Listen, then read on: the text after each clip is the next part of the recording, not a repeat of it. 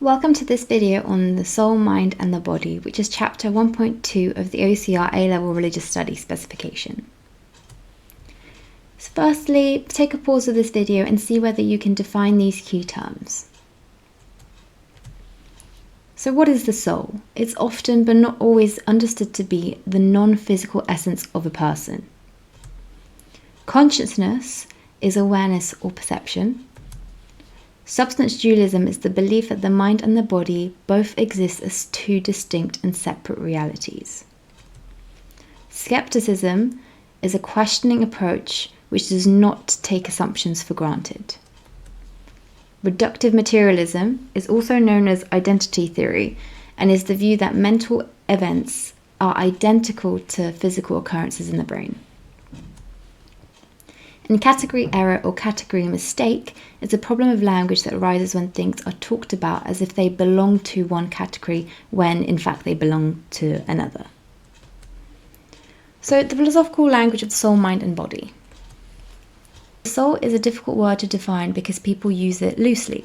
So sometimes when they use mind and soul interchangeably, but not always. So it can refer both to the physical, the mind and the mental aspects that we have within us, or it can be, like you can see here, like a full whole essence of a person. So it's often used to refer to the self or an essential part of a person. And Christians and other religious believers see the soul as the most important aspect of a human being.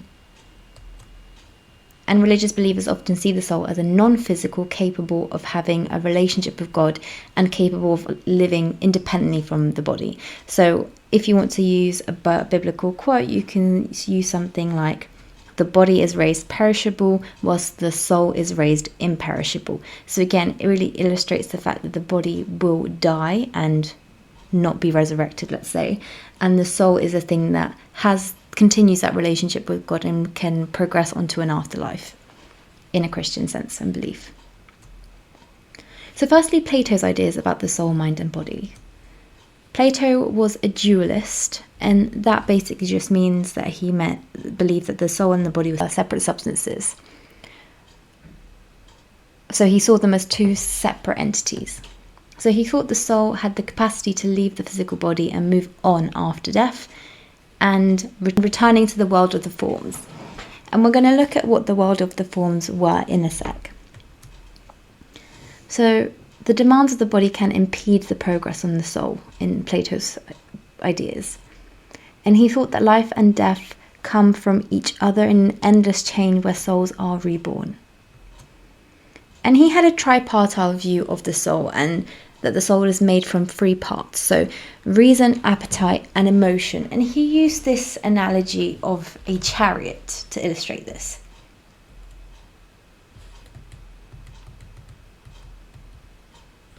So he used the analogy of the two horses pulling a chariot. Reason is a charioteer, pioneering, guiding and directing the horses of appetite and emotion to stop them running off wildly. And you can see this quite illustrated here. So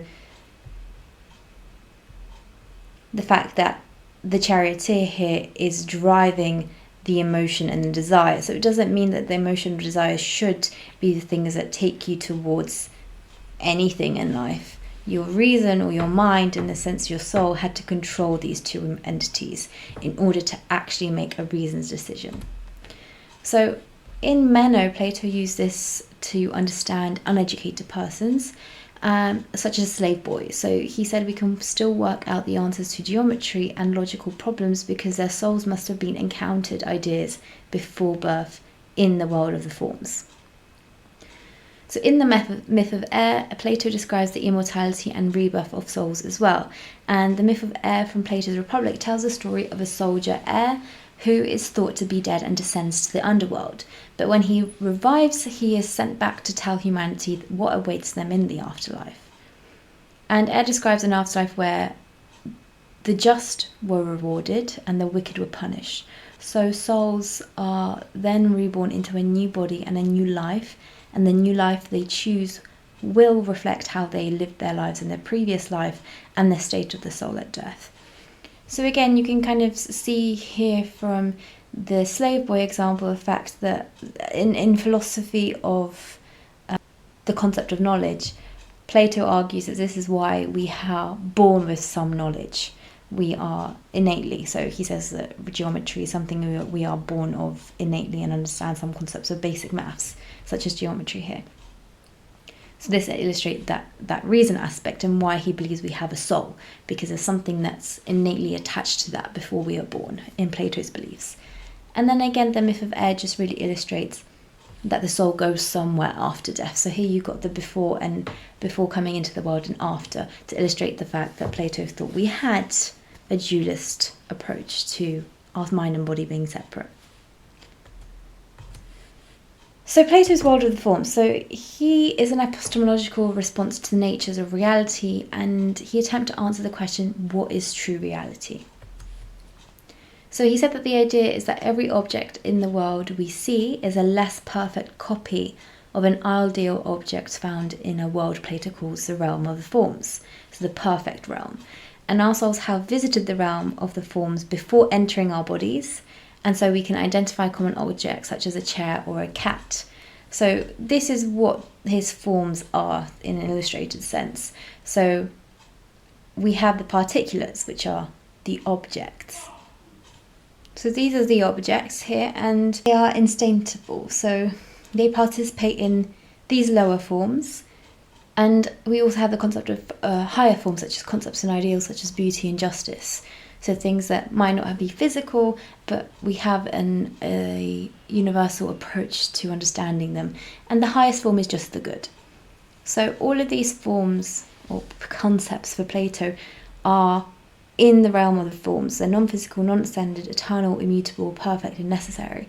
And our physical world is a reflection of the world of the forms. So the difference is that we are in the physical world, it's extended, transient, mutable, imperfect, and contingent.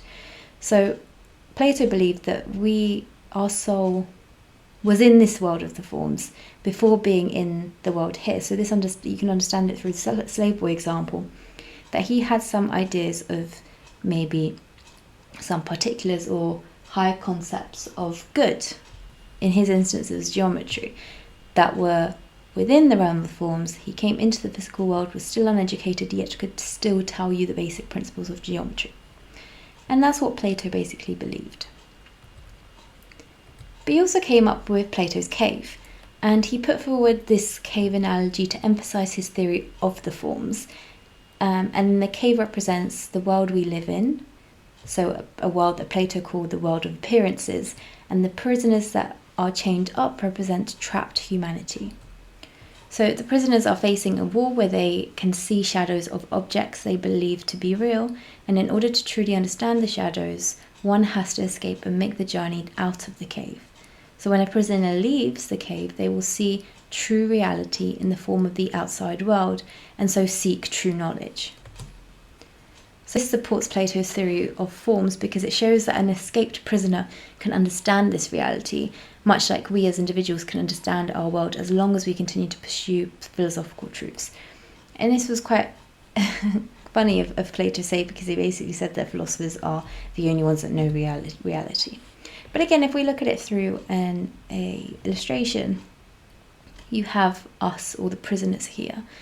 They understood this, the particulars, to be real. And that was it. But in fact, what they were seeing as objects was just fire and these shadows and reflections of these objects being cast out. And they obviously thought this was the sun. So one of the prisoners escaped. They were tied by chains, and he escaped into the outside world to see the reality of what was out there. So the sun being in the sky, the lower forms being the grass, let's say, higher forms being animals. And he's called the philosopher because he is courageous and has enough curiosity in order to see this truth. So he goes back and tells the prisoners, look, you need to go and see what's already out there, and they refuse. And that's why he's called the philosopher, because most ordinary people refuse to actually understand the realm of the forms, whilst philosophers are the ones that want to explore it. So he was seeing a more real world. And that's basically what the difference with the empirical and the realm of the forms is for Plato. But Aristotle was different, and he had different ideas about the soul, mind, and body. So he disagreed with Plato. He said that he thought that the soul was a substance, meaning essence or real thing. So the soul is that which gives a living thing its essence, and the capabilities of living things constitute their souls. So the soul is not distinct from the body for Aristotle. It is the capacity that the body has to do whatever it is meant to do. So the soul gives bodily matter its form, efficiency, and telos its purpose. So Aristotle gave an example of the analogy of a shape made when soft wax is pressed with a stamp. And he said the shape is inseparable from the wax, as the soul is inseparable from the body. So you can see here how the stamp has made this reflection, and the only way to get rid of this is to melt it, and you get rid of the whole concept altogether. So in the same way, he said that the mind and body were the same, part of the same thing. They were inseparable. And this is more of a property dualist approach, which we'll look into briefly as well, because it's saying that the mind and body are completely the same thing. Then we have some metaphysics of consciousness. So the mind and body problem is one of the biggest problems in philosophy, of whether the mind or the soul and the body are separate things, or whether they have a function of the body and inseparable from it. So last we have René Descartes with substance dualism. And this is the view that the mind and body are two distinct substances with two distinct sets of properties. So they're completely separate entities. So the body is the material and has the properties of extension. So that means it takes up space and it has measurements. It's physical. Whilst the mind or the soul is immaterial and has properties of thought and emotion that you can't physically place. So Descartes arrived at the substance dualist view through a process of hyperbolic skepticism. So he said he could not be certain that he had a body, but that he could be certain he had a mind because he was thinking with it. So I think, therefore I am. And if the existence of the body is uncertain, then the existence of the mind is certain. So then the body and the mind can't be the same.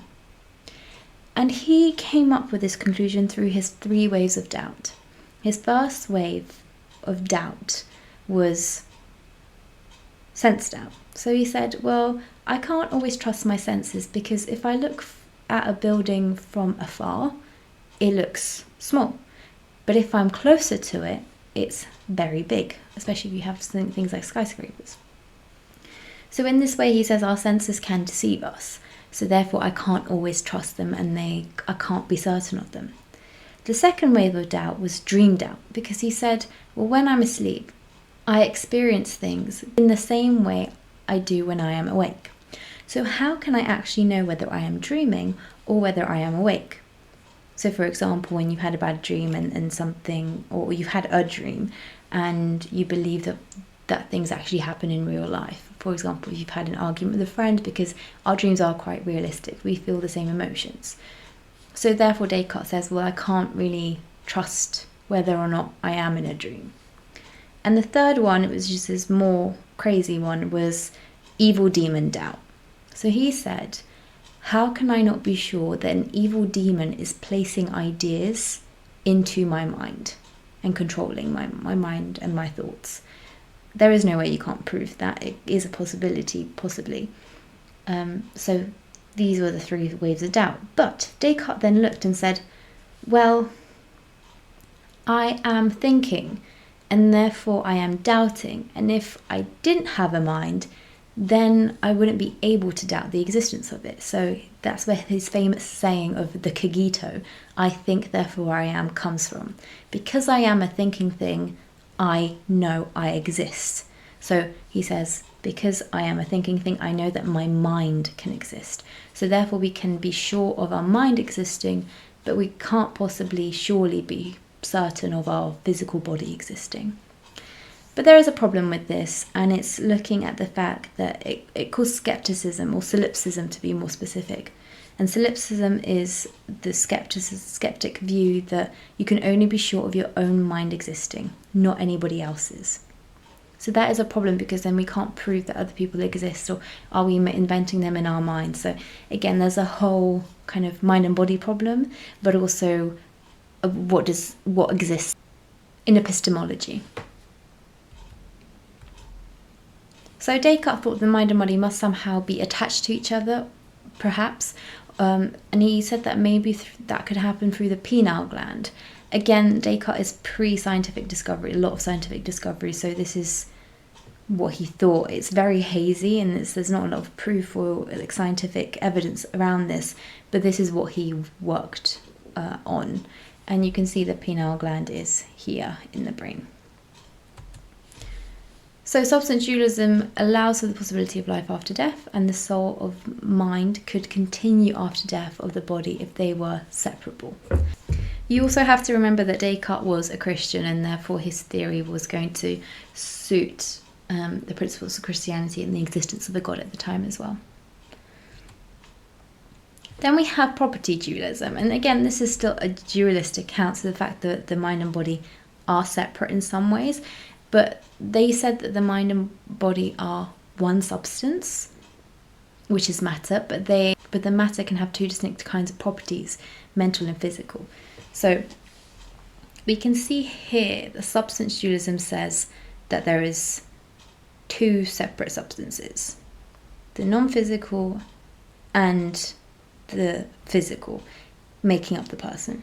Whilst property dualism says there is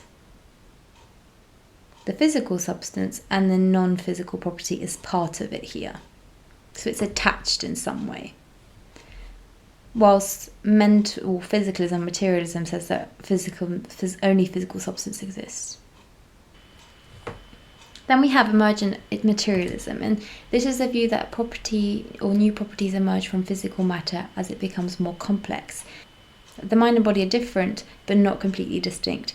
So it's a view of John Stuart Mill. And it's very similar to reductive materialism, which is identity theory and type physicalism. So this is the mind is not distinct from the body, but is identical with it. And that mental states such as memory, fear, and guilt correspond to different activities in the brain. So the fact that when I'm sad, it's certain emotions and nerves that fire my brain which cause my tear ducts to flare up, which cause me to cry. So again, it reduces everything down to physical states of nerves and the processes of within our minds, what happens for us to behave in a particular way. And again, there's 6 different theories in philosophy of mind of what it is. So you've got substance dualism, property dualism, reductive materialism, identity theory, you've also got behaviorism, and you've got 2 other ones as well. But within this syllabus, you only need to know these 2 different types of materialisms. So like I said, chemical reactions are the same thing as mental events and not just caused by them here. They are the mental events. So for example, in terms of love, they would say falling in love with someone is not a gooey emotional connection or attraction you have with someone. It's just physical nerves firing, causing a chemical reaction that makes me attracted to that person, that makes me want to be with them. So again, it reduces love to just chemical reactions. So materialism does not allow for life after death, and this is because the death of the body means the death of the mind, because they are one thing.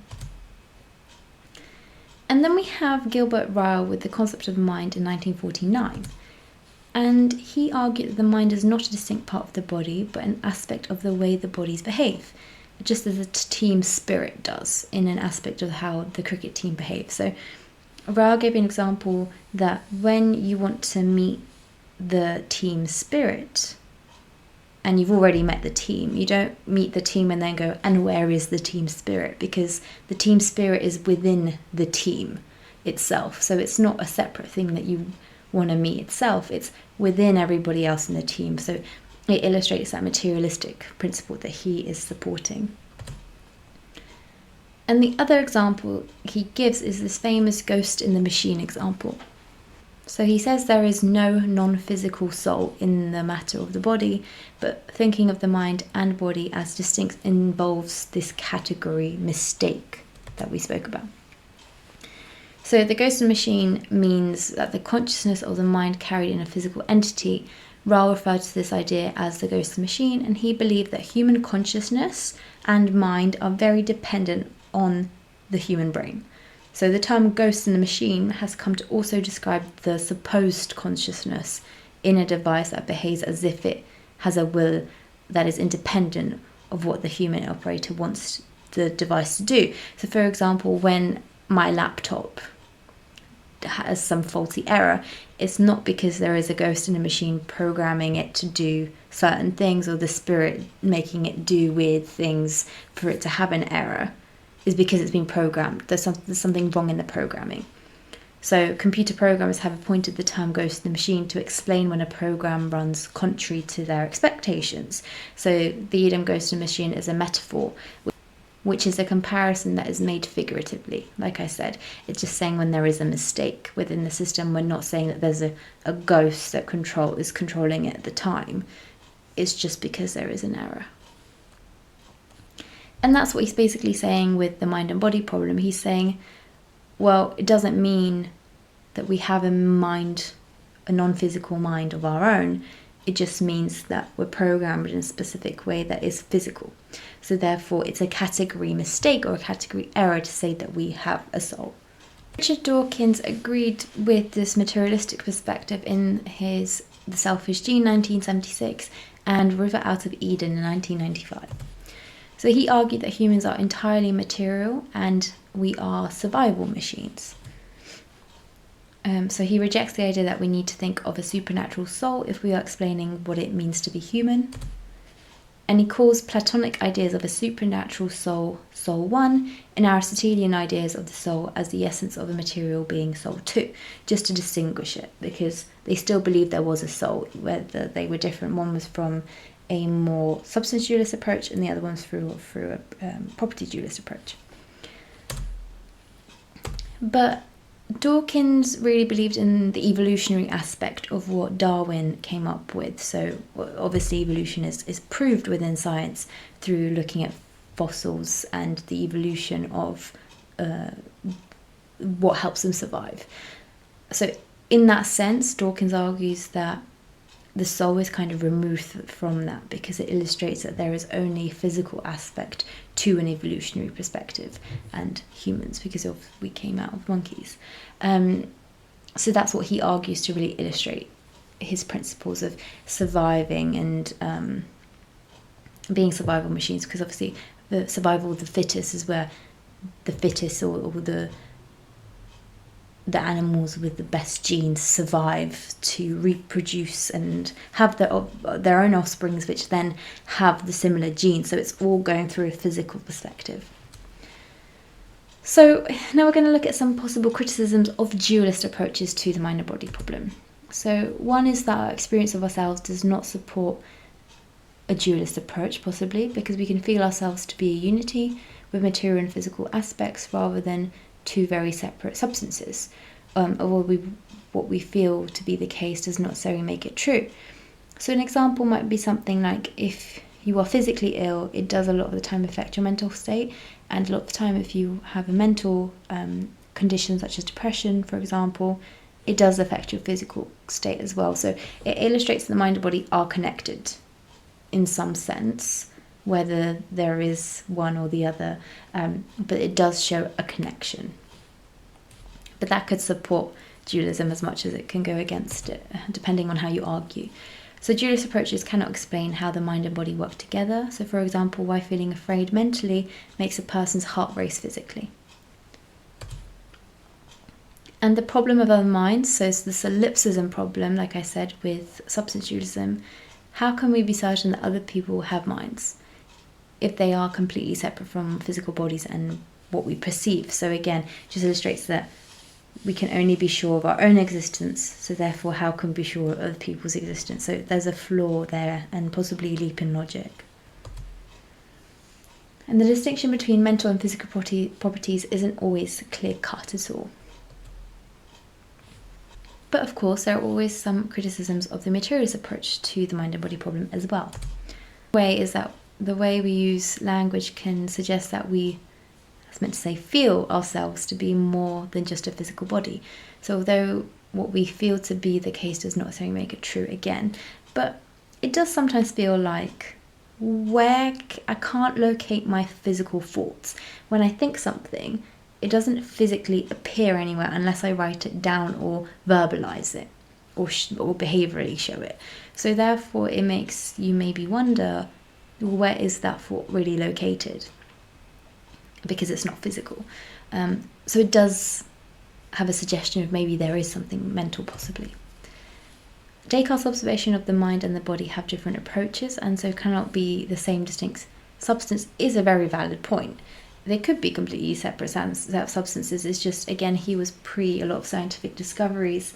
And the other issue with Descartes is his argument really heavily depends on existence of a God and an afterlife as well. But if God does exist, then his theory is quite strong. But again, we can't prove that God exists. Obviously, there's a whole philosophy of religion that we can go through, and you have been going through revising.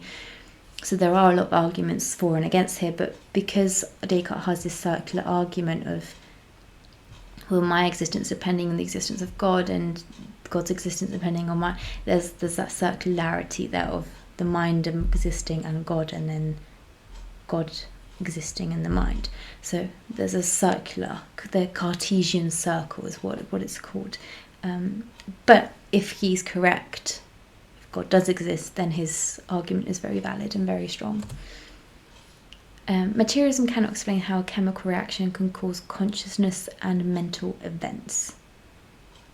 It can explain why, when I touch something hot, possibly, I react to take it off because obviously my nerves feel it, and cause that quick reaction of my reflex. That's something that we do have a very good instinctual reflexive things of our neurons and the physical evolution of how we function. But how would it possibly explain like self-awareness? How is that a chemical reaction possibly is a good question, or having a gut instinct of something being bad. It seems, could not be, but it seems like it's more than just chemical reactions or neurons firing. And Richard Swinburne and Keith Ward argue that losing belief in the soul could have damaging effects on ethics, because we lose the ability of seeing people as valuable in themselves and more than just a physical matter. But again, the other arguments of this is really having a speciesist approach to ethics itself, so prioritizing humans over animals, what people like Peter Singer would argue. Lots of arguments for or against, depending on how you want to argue. And now you can pause the video and think about your AO1 knowledge with these questions. If you can answer them all, then you know all of your AO1 knowledge for this topic. So a bit about AO2 skills in exams in general. For the higher marks for AO2, you need to think about the ideas in this chapter and develop your own perspective. So always give your own opinion of what you really think of the theory, what are the strengths, what are the weaknesses. You can agree with the theory, but you can make it think it could be even stronger, or you can disagree with the theory and say, well, it could be made stronger in this way. Or you can completely disagree with the theory and say why, but always say why with examples, so that you can produce critically evaluative arguments rather than just describing and presenting the views of others. And now we're going to look at some exam practice from this topic, because practice makes perfect.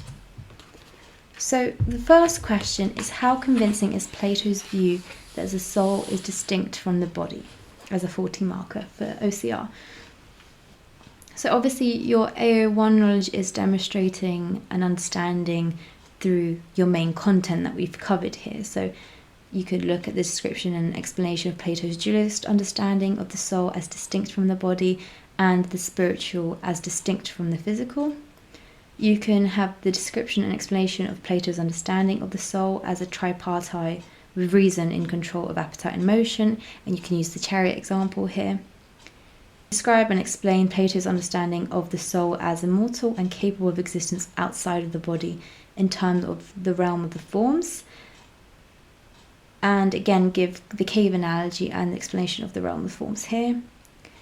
You have to describe and explain the other substance dualist positions, such as Descartes. And you can also give views and explanations, descriptions, examples of views that contrast with Plato. So here you've got Aristotle or the materialist accounts as well. And when it comes to AO2, you might support the view that Plato is convincing by using some of the following arguments. So we can often experience feelings of being a soul or a mind inside the body, like a driver in a vehicle, because cars don't drive themselves. Again, changing nowadays, because possibly there are driverless cars that people are working towards, so that is your materialist approach, possibly something being programmed in such a specific way. But could humans be the same as that? You can have Plato's views unsupported by the Holy Scripture of some religions, so including Christianity, with many believers to be authoritative sources. So like I said, that quote of the body is raised perishable, but the soul is raised imperishable, and evaluate what that means. You could talk about Descartes' hyperbolic doubt experiment, leading him to support the view that the mind and body are distinct. You could talk about the view that the soul is distinct from the body allows for the possibility of life after death. You could talk about the Eros example and the slave boy example also. Some people claim to have an out-of-body experiences, suggesting that there is something separate from the body and the soul that is capable of leaving the body. You can even link this to a religious experience, or especially life after a near-death experience that you can have here, where a lot of people do believe that their soul goes somewhere but their body stays, whether that's through visions or whether they travel through a tunnel or whether they physically feel their soul lifted. There was a good case study from, I think, Southampton University that did some case studies of people dying and them seeing numbers at the top of cupboards that they couldn't have seen unless they were lifted to the top. So it could be evidence towards having souls, but possibly not. Again, it depends how you want to argue. You might also want to support the view that Plato is unconvincing by using some of the following arguments. So materialism, arguing that there is no more to a person than physical matter, so there is no such thing as the soul. You can use Ryle's arguments of the team spirit or the ghost in the machine, and making that category mistake of assuming that there is a soul when there really isn't. And there is no convincing, you could say there is no convincing evidence for the existence of the soul as a distinct part of the body through a materialist approach. And substance dualism isn't as convincing argument or account of how the soul and body attach to one another. So again, the pineal gland might not be a very strong example there.